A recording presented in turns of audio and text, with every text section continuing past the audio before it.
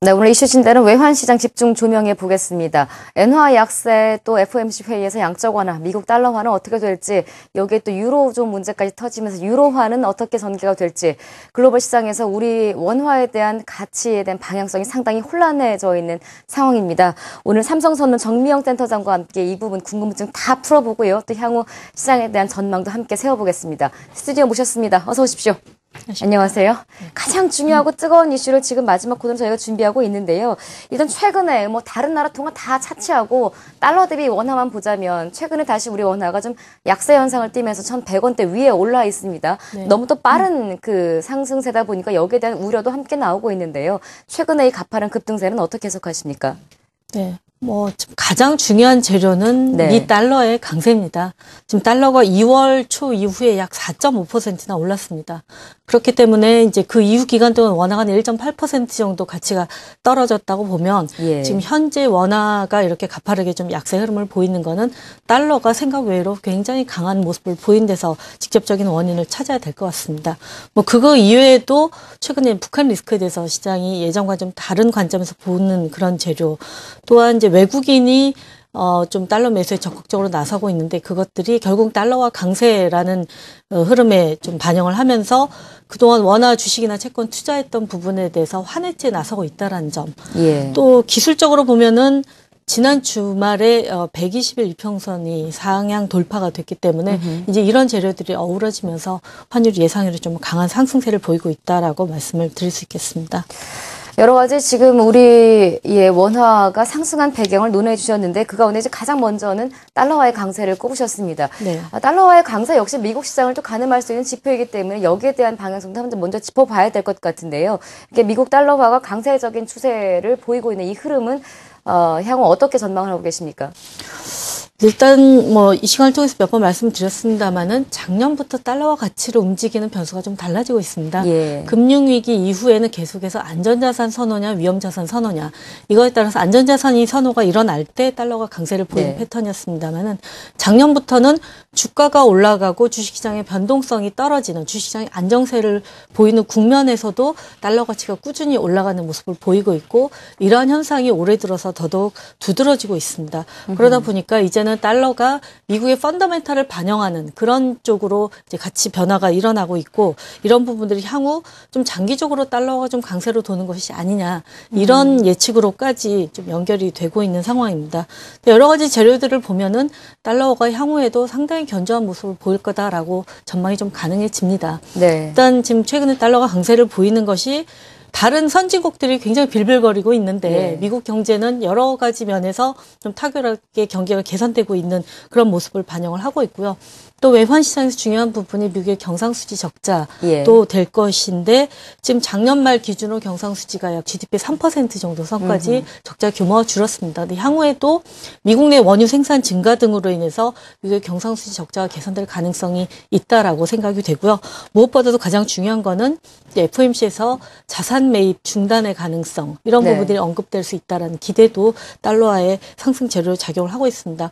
앞서 말씀드린 미국 경기가 상대적으로 괜찮고 경상수지가 개선되고 적자가 개선되고, 이런 부분은 계속해서 달러를 지지를 해줄 변수가 되겠습니다만은 FOMC 관련한 재료는 아직은 달러를 좀 크게 끌어올리기는 좀 미진한 지표가 아닌가 생각이 돼서, 본격적인 달러와의 강세는 결국은 FOMC의 자산 매입 중단 등 양적 완화로부터 탈피하는, 거기서부터 재료를 찾아야 될 것으로 판단을 하고 있습니다. 향후 방향성은 단기적으로는 FOMC 회의를 지켜봐야 될 것 같습니다만 달러화에 대한 강세에 대한 전망은 조금 예측이 되는 것도 같습니다. 그렇다면 우리 또 원화의 약세도 조금은 또 예상해 볼 수 있을 것 같은데, 최근에 엔저 현상 때문에 워낙 외환시장이 흔들렸었고 우리 주식시장에 큰 타격을 줬었기 때문에 단순히 지금 우리 달러 대비 원화 가치가 하락하고 있는, 약세를 보이고 있는 이 부분만으로 외환시장을 점치기에는 여러 가지 변수가 있다, 이런 얘기들도 나오고 있습니다. 이 가운데 우리 원화의 글로벌 시장에서의 가치 영향이 어느 정도로 보십니까?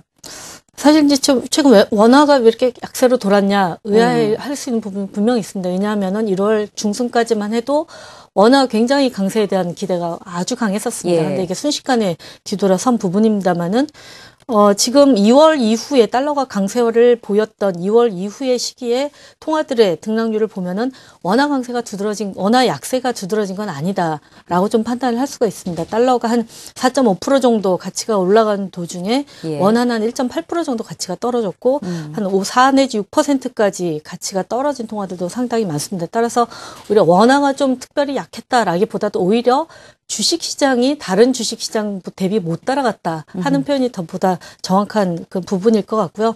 뭐 방금 말씀하셨듯이 주식이 그렇게 못 따라간 이유는 환율에서도 영향력을 분명히 찾을 수가 있습니다.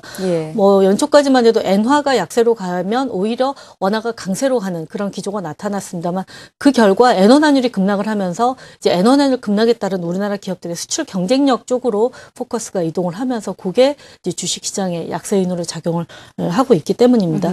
근데 전반적으로 지금 뭐 향후 환율 전망과도 좀 관련이 있겠습니다만은 최근 환율이 올라간 게 또 한국의 펀더멘털의 어떤 부정적인 부분을 특별히 반영을 하면서 가는 부분이라기보다도 글로벌하게 달러화 가치가 올라가는 그런 부분을 반영하는 과정에서 나타나고 있다라고 보고 있고요.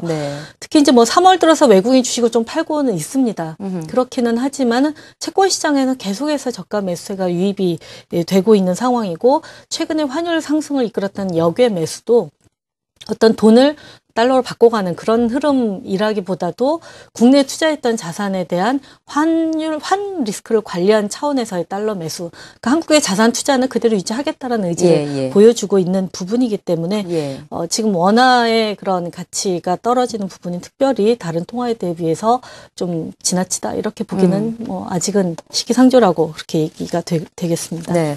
달러 대비 원화가 강세냐 약세냐 이것만으로 단순히 우리 경기를 가늠할 수 있는 지금 이런 흐름을 보이고 있지 않기 때문에 그것만으로 경기를 판단하기는 어렵습니다만 분명한 건 최근에 3월 들어 변동성이 커지고 있는 부분이고요. 또 이러면서 갑자기 또 한국형 토빈세에 대한 논란이 또 뜨거워지고 있는 상황입니다.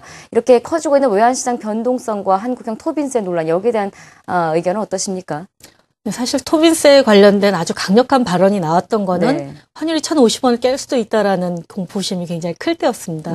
오히려 이제 그런 상황에서 토빈세에 대한 언급을 하면서 어떻게 보면 구두개비 효과도 있었다라고 보는데 그 뒤로 지금 환율이 1,100원 위로 올라가 버렸기 때문에 그 부분에서 좀 강력하게 말하기는 약간 좀 뻘쭘해진 상황이긴 합니다. 그렇긴 하지만은 기본적으로 지금 신정부에서도 뭐 금융위원장이나 재정부 장관 내정자들이 모두 외환 규제에 대해서는 적극적인 스탠스를 표명을 하고 있기 때문에 어떤 형태로든 좀 새로운 규제안이 나올 가능성은 있다라고 봅니다.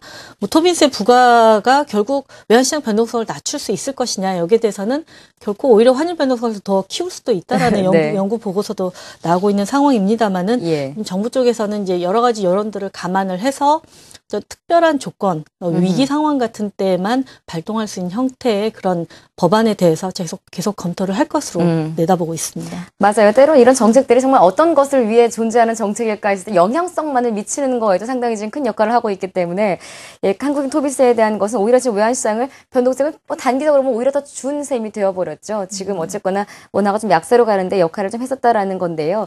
지금 단기적으로 역시 벌어진 일입니다만 우리가 지금 외환시장에서 또 하나 주목해야 될 게 또 유로존 문제가 되어버렸습니다. 갑자기 뭐 키프로스 구제 금융 나오면서 유로화에 대한 리스크가 또 함께 부각이 되고 있는데 유로화 동향은 어떻게 보시는지요? 네, 연초 1.37달러까지 치솟으면서 시장이 좀 상당히 당황했습니다. 너무 유로화가 강세로 갔기 때문인데 지금 그런 유로화 강세가 2월부터 약세 기조로 전환이 됐습니다. 약세 기조로 전환한 원인은 크게 두 가지를 볼 수가 있겠는데 첫 번째는 그 유로존의 경제 성장이 상당히 둔화되고 있다는 우려로 포커스가 이동을 했던 거고요. 두 번째로는 유로존 내 정치적 우려가 부각이 되고 있는 점입니다.